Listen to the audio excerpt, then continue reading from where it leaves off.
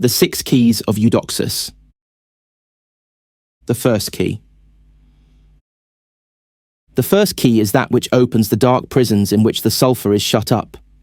This is it which knows how to extract the seed out of the body, and which forms the stone of the philosophers by the conjunction of the spirit with the body of sulphur with mercury. Hermes has manifestly demonstrated the operation of this first key by these words. In the caverns of the metals there is hidden the stone, which is venerable, bright in colour, a mind sublime, and an open sea. This stone has a bright glittering. It contains a spirit of a sublime original. It is the sea of the wise, in which they angle for their mysterious fish. But the operations of the three works have a great deal of analogy one to another, and the philosophers do designedly speak in equivocal terms, to the end that those who have not the lynx's eyes may pursue wrong, and be lost in this labyrinth, from whence it is very hard to get out. In effect, when one imagines that they speak of one work, they often treat of another. Take heed, therefore, not to be deceived here, for it is a truth that in each work the wise artist ought to dissolve the body with the spirit. He must cut off the raven's head, whiten the black, and vivify the white. Yet it is properly in the first operation that the wise artist cuts off the head of the black dragon and of the raven.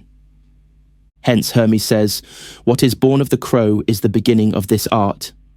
Consider that it is by separation of the black, foul, and stinking fume of the blackest black that our astral, white, and resplendent stone is formed, which contains in its veins the blood of the pelican.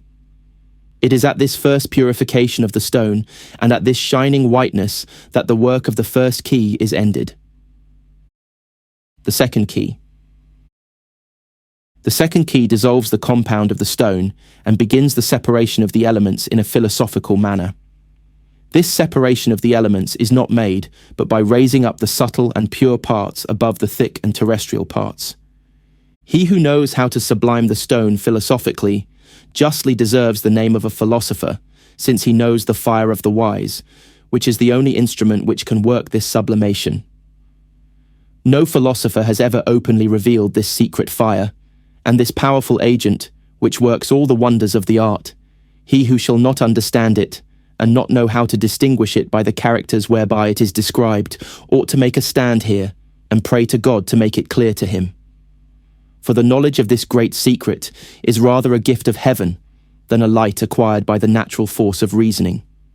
Let him nevertheless read the writings of the philosophers, let him meditate, and above all, let him pray. There is no difficulty which may not in the end be made clear by work, meditation, and prayer. Without the sublimation of the stone, the conversion of the elements and the extraction of the principles is impossible. And this conversion, which makes water of earth, air of water, and fire of air, is the only way whereby our mercury can be prepared. Apply yourself then to know this secret fire, which dissolves the stone naturally and without violence, and makes it dissolve into water in the great sea of the wise, by the distillation which is made by the rays of the sun and moon. It is in this manner that the stone, which, according to Hermes, is the vine of the wise, becomes their wine, which, by the operations of art, produces their rectified water of life and their most sharp vinegar.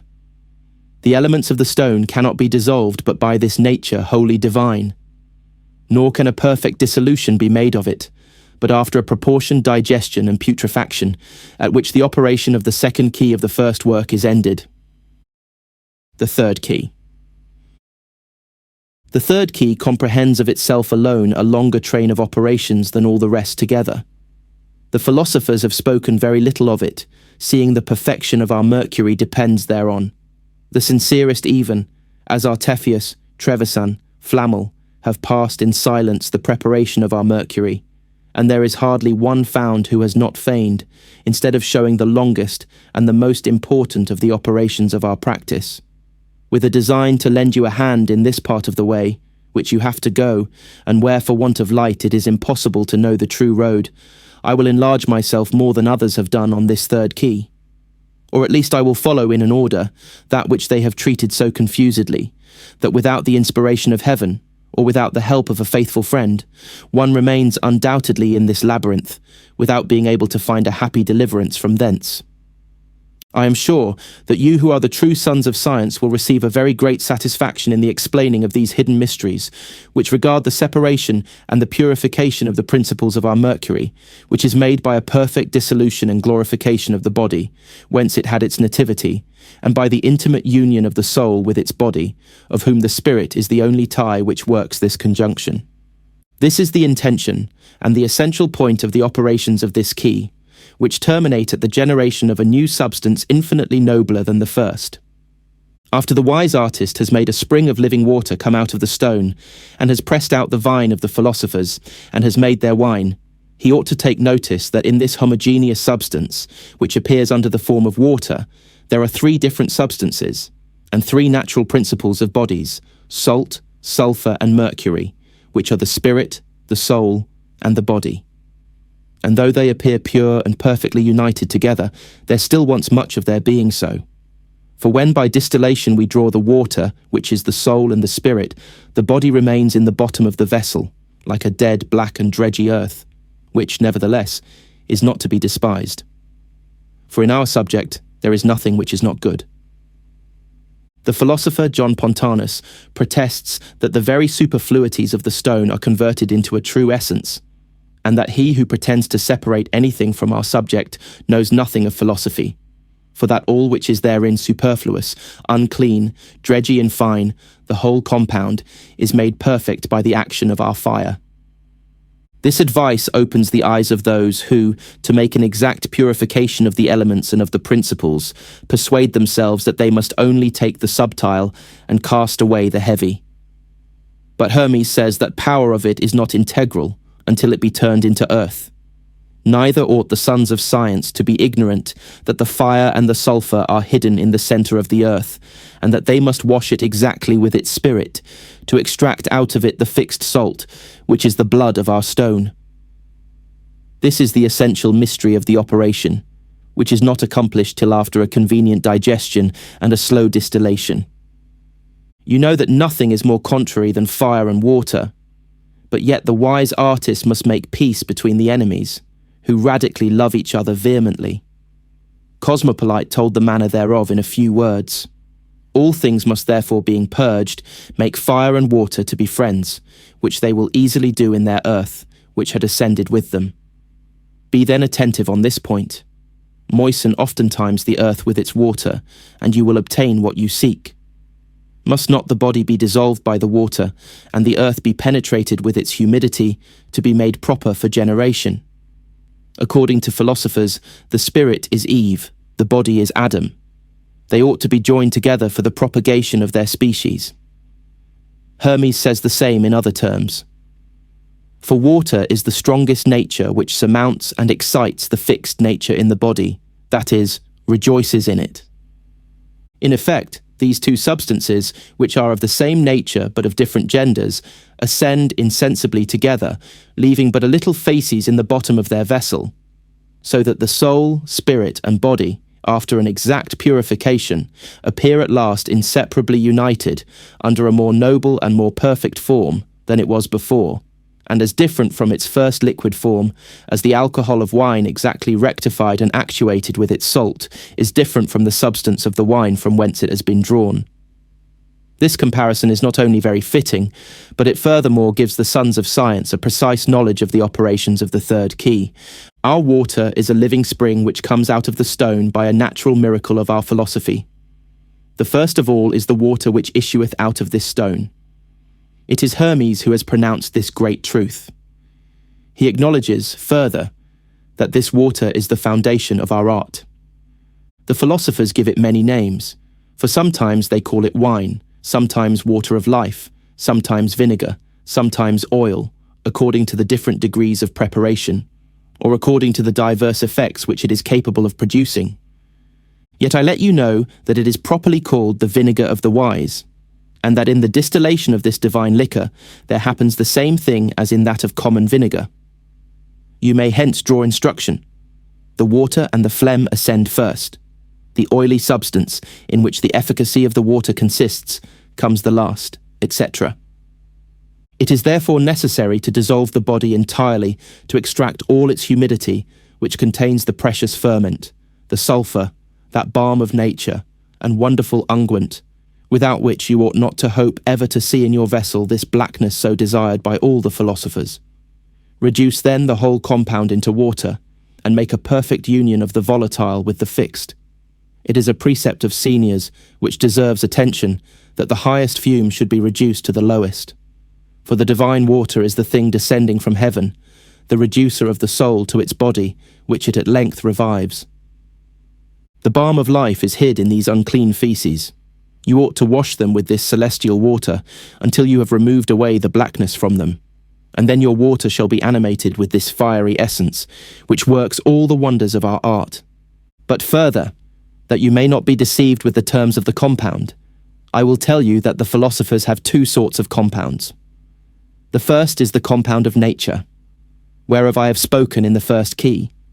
For it is nature which makes it in a manner incomprehensible to the artist, who does nothing but lend a hand to nature by the adhibition of external things, by the means of which she brings forth and produces this admirable compound. The second is the compound of art. It is the wise man who makes it by the secret union of the fixed with the volatile, perfectly conjoined with all prudence, which cannot be acquired but by the lights of a profound philosophy. The compound of art is not altogether the same in the second as in the third work, yet it is always the artist who makes it. Geber defines it, a mixture of argent, vive, and sulphur, that is to say, of the volatile and the fixed, which, acting on one another, are volatilized and fixed reciprocally into a perfect fixity. Consider the example of nature. You see that the earth will never produce fruit if it be not penetrated with its humidity, and that the humidity would always remain barren if it were not retained and fixed by the dryness of the earth. So, in the art, you can have no success if you do not in the first work purify the serpent, born of the slime of the earth. Yet you do not whiten these foul and black feces, to separate from thence the white sulphur, which is the sal ammoniac of the wise, and their chaste Diana, who washes herself in the bath. And all this mystery is but the extraction of the fixed salt of our compound, in which the whole energy of our mercury consists. The water which ascends by distillation carries up with it a part of this fiery salt, so that the effusion of the water on the body, reiterated many times, impregnates, fattens, and fertilizes our mercury, and makes it fit to be fixed, which is the end of the second work. One cannot better explain this truth than by Hermes, in these words: When I saw that the water by degrees did become thicker, and harder, I did rejoice, for I certainly knew that I should find what I sought for. It is not without reason that the philosophers give this viscous liquor the name of pontic water. Its exuberant ponticity is indeed the true character of its virtue, and the more you shall rectify it, and the more you shall work upon it, the more virtue will it acquire. It has been called the water of life, because it gives life to the metals, but it is properly called the great lunaria, because of its brightness wherewith it shines. Since I speak only to you, ye true scholars of Hermes, I will reveal to you one secret which you will not find entirely in the books of the philosophers. Some of them say that of the liquor they make 2 mercuries, the one white and the other red. Flammel has said more particularly that one must make use of the citrine mercury to make the imbibition of the red, giving notice to the sons of art not to be deceived on this point, as he himself had been, unless the Jew had informed him of the truth. Others have taught that the white mercury is the bath of the moon, and that the red mercury is the bath of the sun. But there are none who have been willing to show distinctly to the sons of science by what means they may get these 2 mercuries. If you apprehend me well, you have the point already cleared up to you. The lunaria is the white mercury, the most sharp vinegar is the red mercury, but the better to determine these 2 mercuries, feed them with flesh of their own species, the blood of innocents whose throats are cut. That is to say, the spirits of the bodies are the bath where the sun and moon go to wash themselves. I have unfolded to you a great mystery, if you reflect well on it. The philosophers who have spoken thereof have passed over this important point very slightly.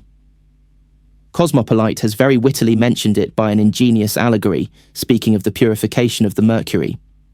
This will be done, says he, if you shall give our old man gold and silver to swallow, that he may consume them, and at length he also dying may be burnt.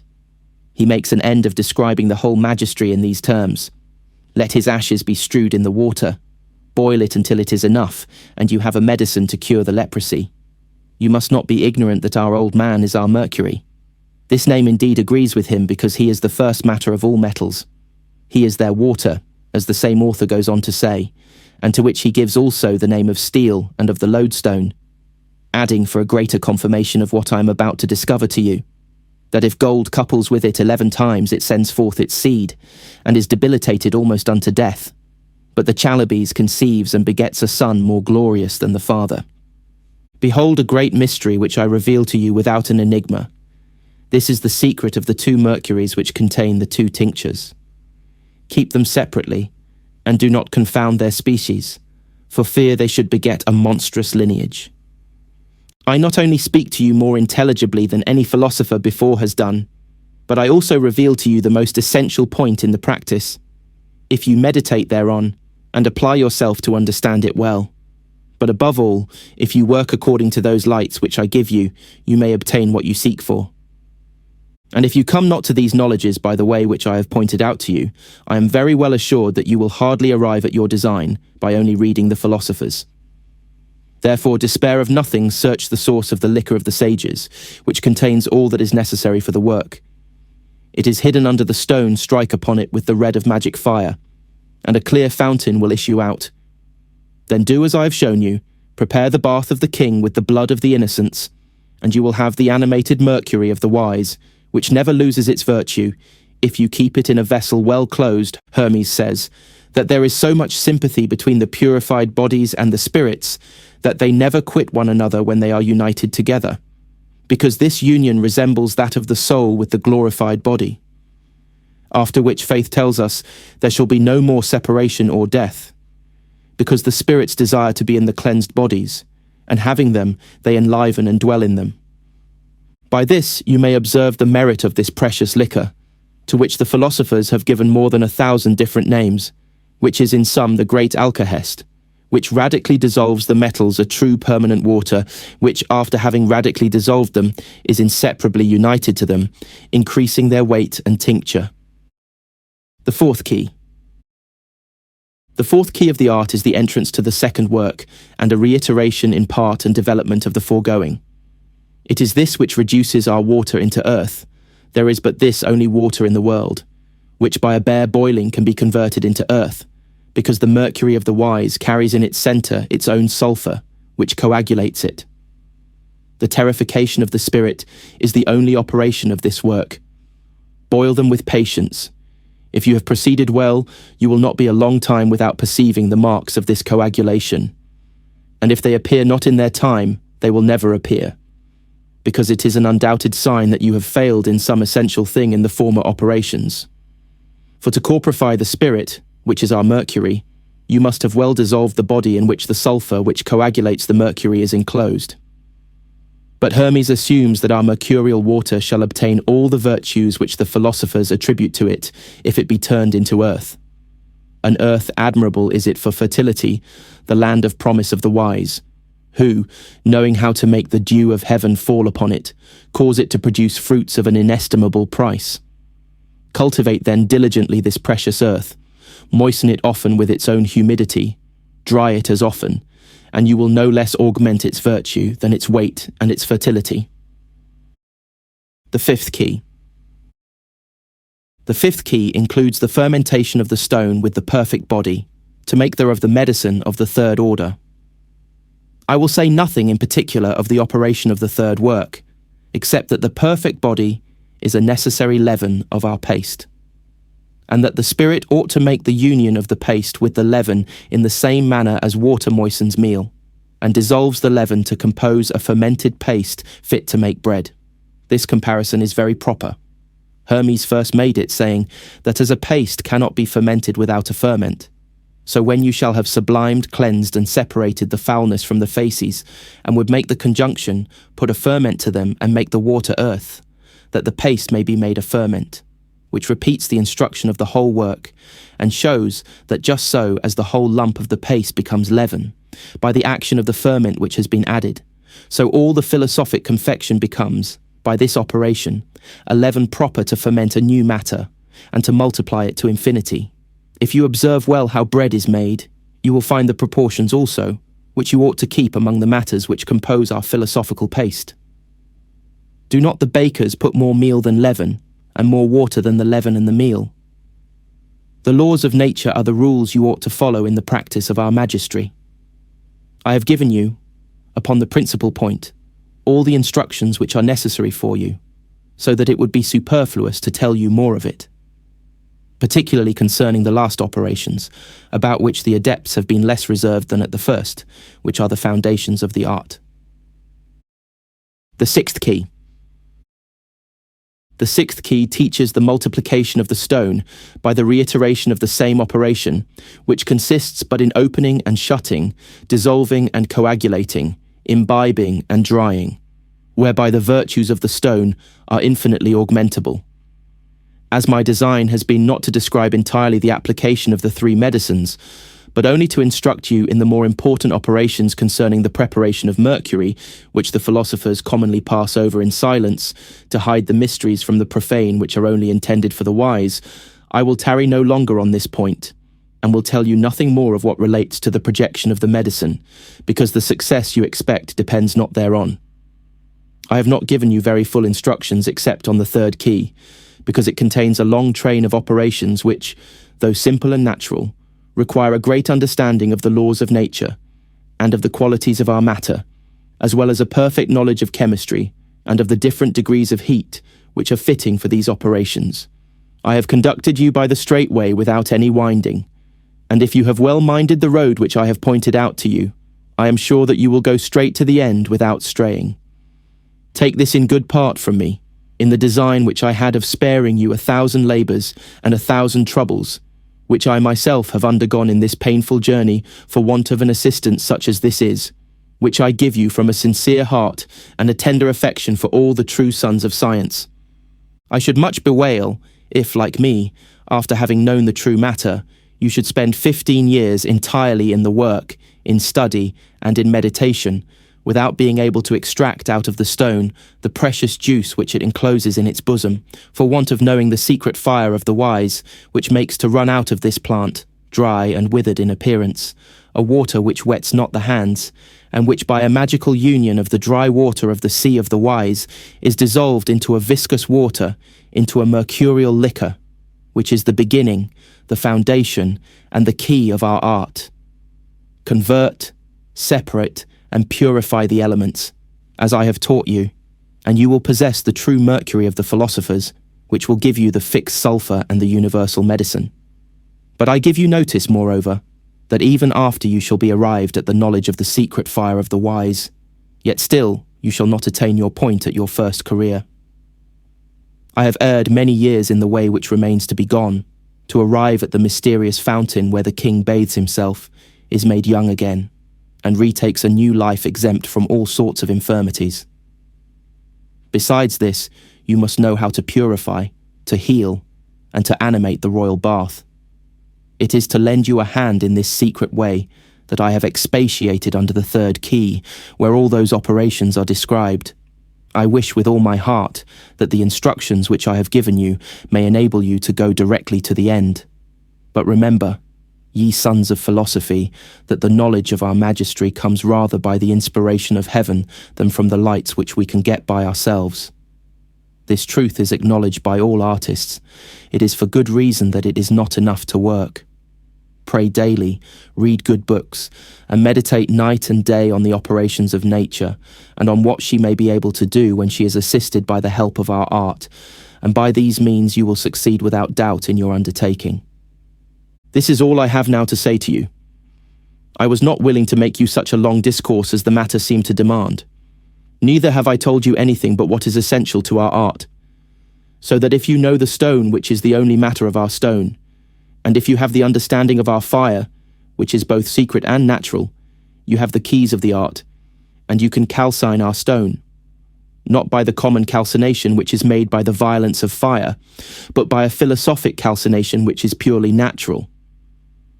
Yet observe this, with the most enlightened philosophers, that there is this difference between the common calcination which is made by the force of fire and the natural calcination, that the first destroys the body and consumes the greatest part of its radical humidity.